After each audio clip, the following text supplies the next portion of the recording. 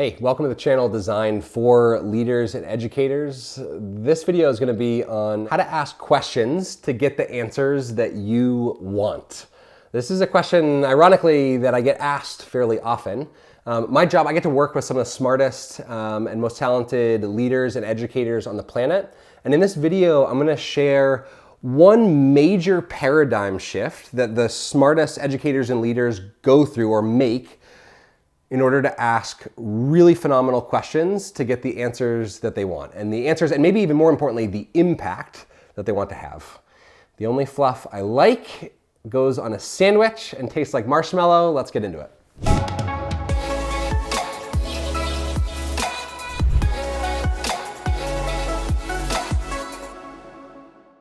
So half of the paradigm shift is this. When you think about asking questions to get the answers that you want, on one hand, you think about asking leading questions, right?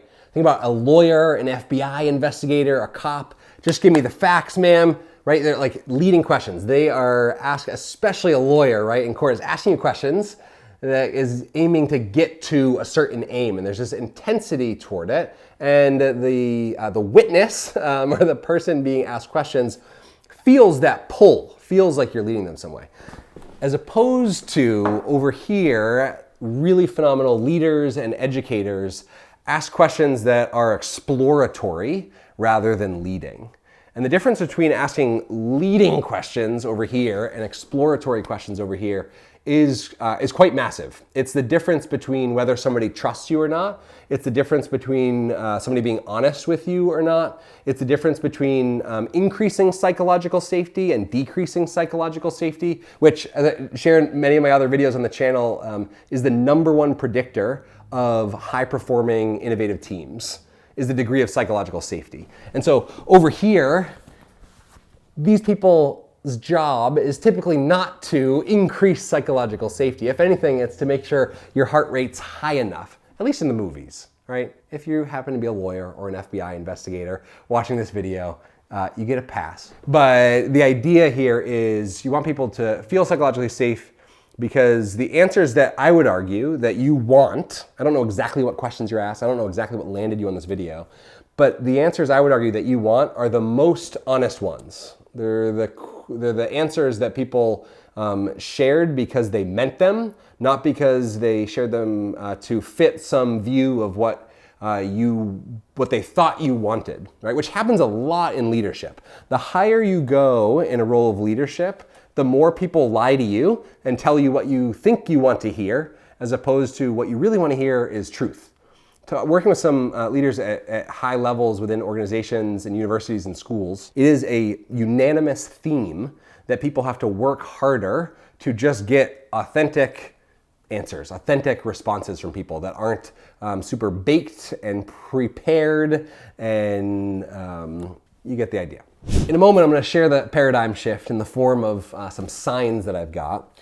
But first, I want to offer you the definition of adventure. And it relates to getting the answers that you want.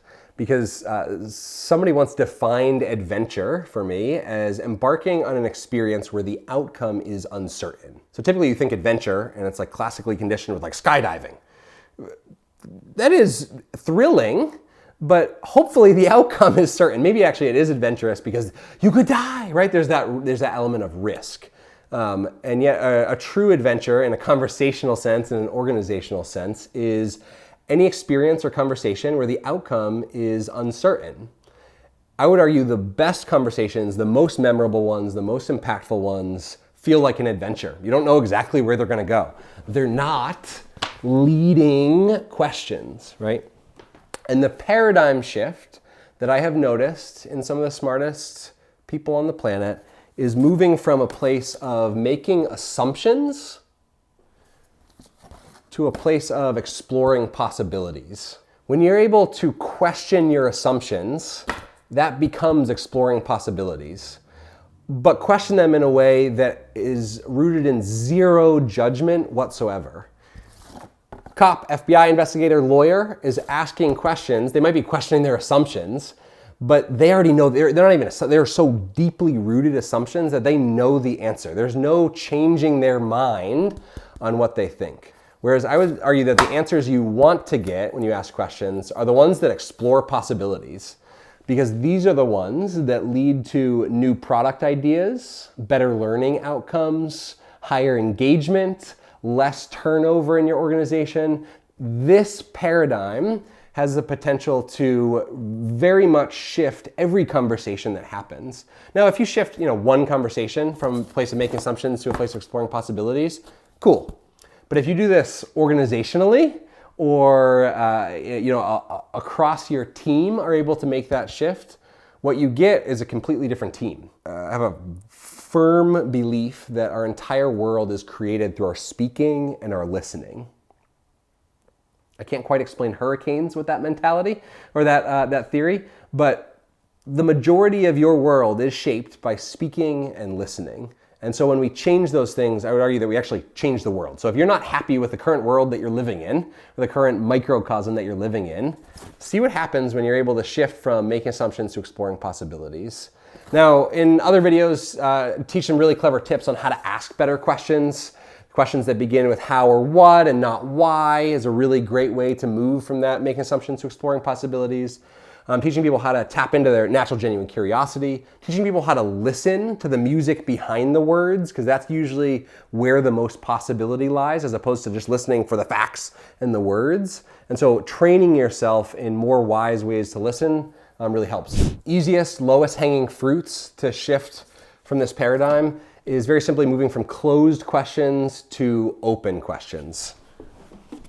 Here, there are a lot of closed questions being asked. Yes or no questions, things that put you in a place at a certain time, that put you in a box, that don't allow for a lot of options in how you answer them, right?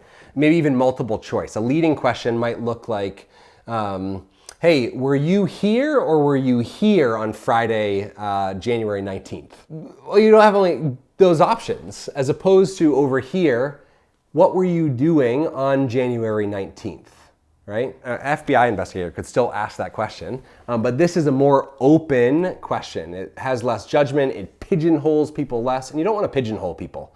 And if you're watching this video and you want to pigeonhole people, this channel is not for you probably, because this channel is about giving opportunities to amplify connection, belonging, and trust. And so move from those closed-ended questions to more open questions that ask for stories, feelings, fears, aspirations, the background story, right? The whole picture, as opposed to just one little image. So if after watching this video, you're convinced that you want to have conversations, to ask questions, to get answers you love rather than ones you want, you might really enjoy me and Will's book, Ask Powerful Questions. There's a free version of it in the link below. I'm Chad Littlefield. Lovely hanging out in cyberspace. Have an awesome day.